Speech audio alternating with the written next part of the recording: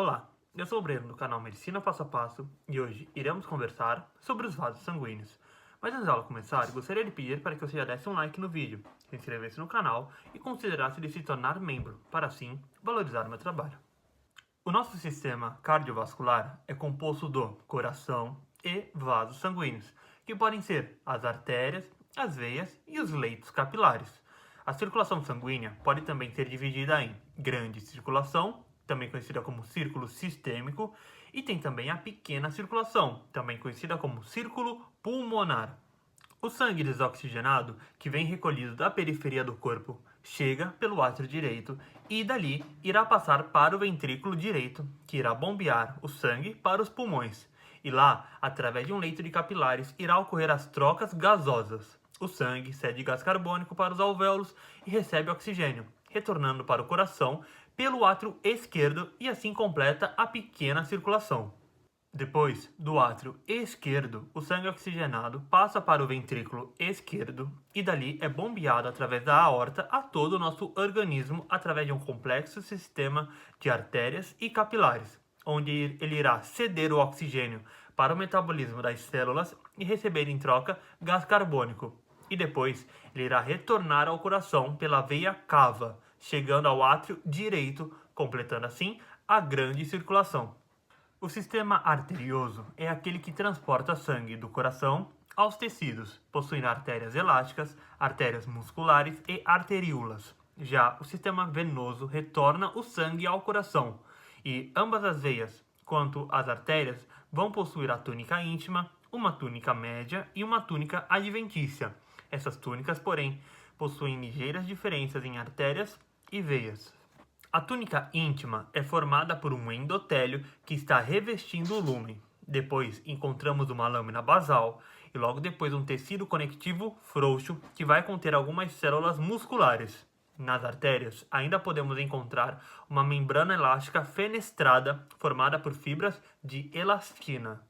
A túnica média é o estrato intermediário, constituído prevalentemente de células musculares lisas, intervaladas por fibras de colágeno, matriz extracelular, proteoglicanos e, principalmente em artérias, encontramos as fibras elásticas, onde, nas artérias, se forma uma lâmina elástica separando a túnica adventícia. Mais externamente, a túnica adventícia é composta prevalentemente de tecido conectivo, principalmente fibras colágenas de tipo 1 e fibras elásticas. E geralmente esta túnica está a contato com o estroma do órgão no qual este vaso está atravessando. Nas veias, a túnica adventícia é aquela mais espessa, enquanto nas artérias é a túnica média, onde lá irá predominar o tecido muscular. Na grande circulação, o sangue passa do coração para as artérias elásticas, que segue para as artérias musculares, chega nas arteríolas, oxigena os tecidos através de um leito de capilares, que são primeiramente contínuos, e depois esses capilares se tornam fenestrados. Um capilar fenestrado é aquele que possui descontinuações em seu endotélio para facilitar a troca entre sangue e tecido. Dos capilares, vai se seguir para as vênulas, depois para as veias de médio calibre e por fim as veias de grosso calibre, que vão chegar por sua vez ao coração. Nas artérias de grosso calibre tem as elásticas e as musculares.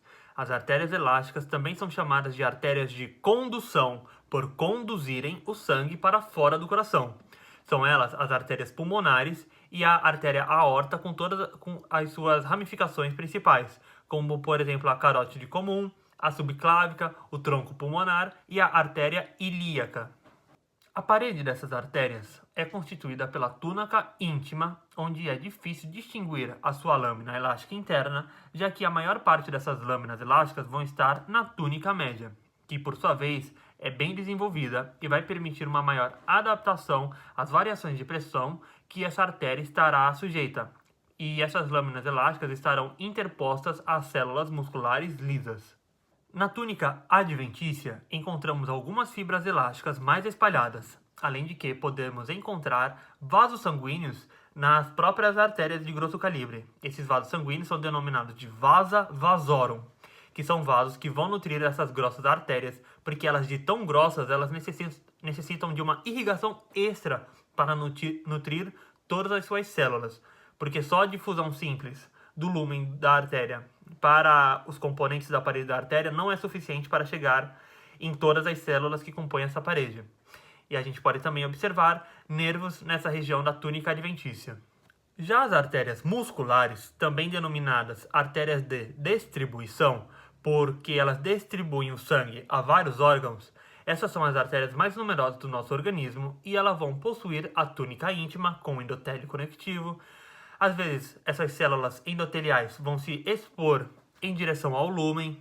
Depois, irá possuir uma membrana elástica interna que vai separar a túnica interna daquela túnica média. Lá na túnica média, encontramos de 40 a 60 estratos de células musculares lisas. Esta é a componente que prevalece nas artérias musculares, e espaçadas nessas células musculares encontramos algumas fibras elásticas. E depois encontramos a membrana elástica externa, que separa a túnica média daquela adventícia.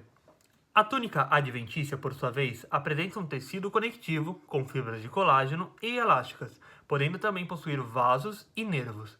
Em uma análise histológica, a túnica adventícia é facilmente confundida com um tecido conectivo ao redor da artéria. Depois, encontramos as artérias de calibre menor, que vão reduzir a pressão sanguínea antes que o sangue circule nos capilares. Primeiro, encontramos as arteríolas, que são artérias muito pequenas, com cerca de 3 estratos de células musculares lisas, além de possuírem um endotélio. Depois, encontramos as meta-arteríolas, que vão ligar as arteríolas aos capilares. Essas meta-arteríolas possuem poucas células musculares lisas, porém, essas vão formar os esfíncteres pré-capilares. O sangue pode passar das arteríolas para as veias pós-capilares, tanto através dos capilares em si, quanto através de anastomoses arterovenosas, que são ligações diretas entre as arteríolas e as vênulas. Bem, o nosso corpo, por situações e processos que são melhor analisados em um curso de fisiologia, pode regular o fluxo sanguíneo, controlando a ação desses esfíncteres pré-capilares. Caso o corpo sinalize para esses esfíncteres pré-capilares de se contraírem, o acesso do sangue aos capilares será bloqueado e este sangue fluirá diretamente através das anastomoses arterovenosas para as vênulas. A estrutura dos capilares já foi analisada na aula sobre o epitélio pavimentoso simples.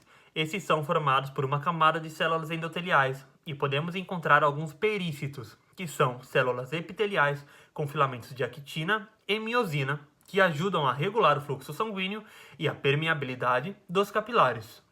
Depois dos capilares, o sangue irá seguir para as vênulas pós-capilares, e depois para as veias de calibre médio, e depois para as veias de grosso calibre, para aí sim retornar ao coração.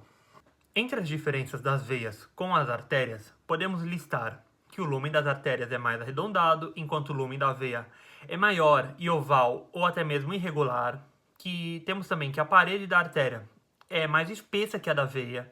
Temos também que na artéria a túnica média é aquela mais predominante, enquanto na veia é a túnica adventícia, aquela predominante. Temos também que só a artéria apresenta as lâminas elásticas internas e externas. Que temos também que as veias apresentam menos células musculares e também que as veias, e apenas nas veias, podemos encontrar as válvulas, que são presentes, essas válvulas estão presentes principalmente nas veias dos membros inferiores, e essas válvulas garantem uma unidireção do fluxo sanguíneo enquanto este retorna ao coração. Na parede das veias, encontramos a túnica íntima, constituída pelo endotélio e sua lâmina basal. E, apenas nas veias de calibre mais grosso, podemos encontrar uma lâmina elástica interna. Depois, encontramos a túnica média, com poucos estratos de células musculares lisas. Essas estão interpostas com células de tecido conectivo e algumas fibras elásticas. E depois, sem uma nítida separação, encontramos a túnica adventícia, rica em tecido conectivo, sem, porém, uma lâmina elástica externa. As vênulas possuem uma estrutura similar a essa que analisamos, porém, elas vão possuir uma dimensão reduzida. É isso aí, essa foi a nossa aulinha sobre vasos sanguíneos. Eu espero que vocês tenham gostado. Se gostou, não esqueça do like e de se inscrever no canal. Eu vou ficando por aqui e irei aguardar vocês em uma próxima videoaula. Nesse canal eu quero falar tudo sobre medicina. Fui!